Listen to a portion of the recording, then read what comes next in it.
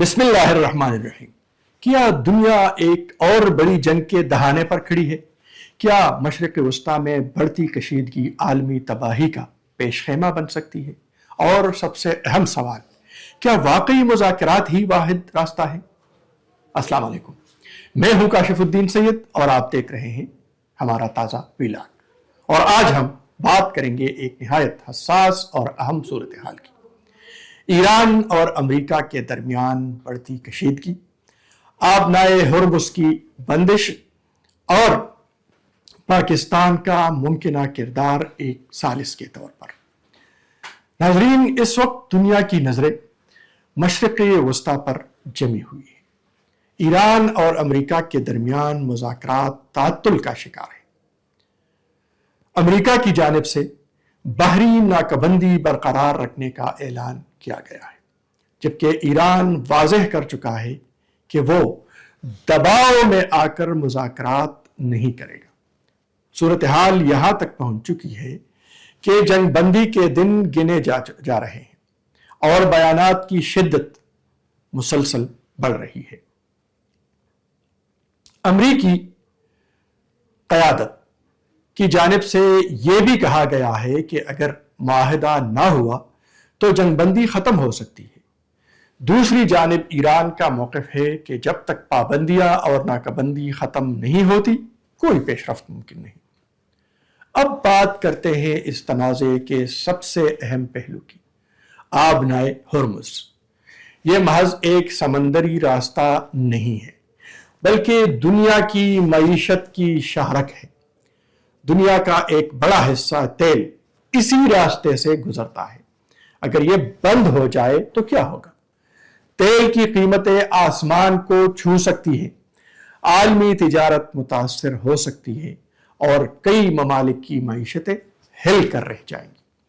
اور یہی وجہ ہے کہ اس بندش نے پوری دنیا کو تشویش میں مبتلا کر دیا ہے۔ دلچسپ بات یہ ہے کہ اس تنازع پر خود امریکہ کے اندر بھی اختلافات موجود ہیں۔ سابق امریکی قیادت نے بھی اس صورتحال پر سوال اٹھائے ہیں۔ یہ کہا جا رہا ہے کہ یہ جنگ امریکی عوام کی خواہش نہیں ہے۔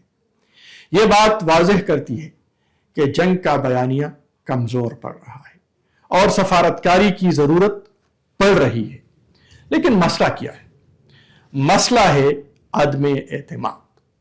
ایران امریکہ پر اعتماد نہیں کرتا اور امریکہ ایران کی نیت پر شک کرتا ہے۔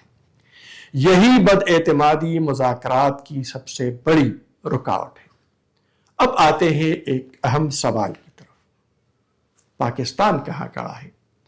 پاکستان اس وقت ایک سنجیدہ اور متوازن ثالث کے طور پر سامنے آیا ہے۔ اسلام آباد میں ممکنہ مذاکرات، تہران میں اعلیٰ سطحی ملاقاتیں اور مسلسل سفارتی رابطے، یہ سب اس بات کا ثبوت ہے کہ پاکستان صرف بات نہیں کر رہا بلکہ عملی کردار ادا کر رہا ہے۔ پاکستان کی خاص بات کیا ہے؟ ایران کے ساتھ قریبی تعلقات، امریکہ کے ساتھ سفارتی روابط اور مسلم دنیا میں اہم حیثیت۔ یہی توازن اسے ایک مؤثر ثالث بناتا ہے۔ یہ تنازع کسی ایک واقعے کا نتیجہ نہیں ہے، یہ برسوں کی بد اعتمادی، جغرافیائی سیاست اور مفادات کے ٹکراؤ کا نتیجہ ہے۔ ایران خود کو ایک مضبوط پوزیشن میں دیکھتا ہے اور اسی حیثیت سے مذاکرات کرنا چاہتا ہے، جبکہ امریکہ اپنی سیکیورٹی اور اتحادیوں کے تحفظ کو ترجیح دیتا ہے۔ یہی تضاد مذاکرات کو مشکل بنا دیتا ہے۔ اگر یہ کشیدگی بڑھتی ہے تو کیا ہوگا؟ جنگ کا خطرہ، لاکھوں افراد بے گھر، عالمی معیشت تباہ اور نفرتوں کا آغاز۔ یہ صرف ایک علاقائی مسئلہ نہیں رہے گا بلکہ پوری دنیا متاثر ہوگی۔ ایسے میں ایک ہی راستہ بچتا ہے، مذاکرات۔ ہر رابطہ، ہر کوشش، ہر بات چیت آج غیر معمولی اہمیت اختیار کر چکی ہے۔ اسلام آباد میں ممکنہ مذاکرات ایک امید کی کرن ہے۔ اگر پاکستان اس تنازع کو کم کرنے میں کامیاب ہو جاتا ہے تو یہ نہ صرف ایک سفارتی کامیابی ہوگی بلکہ پوری انسانیت کے لیے ایک مثبت مثال بھی ہوگی۔ آخر میں بس ایک سوال، کیا دنیا جنگ کا راستہ چنے گی یا مذاکرات کا؟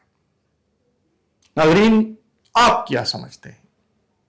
کامنٹس میں ضرور بتائیں۔ اگر ویڈیو پسند آئے تو لائک کریں، چینل کو سبسکرائب کریں، اور اب اجازت دیجیے، اللہ حافظ۔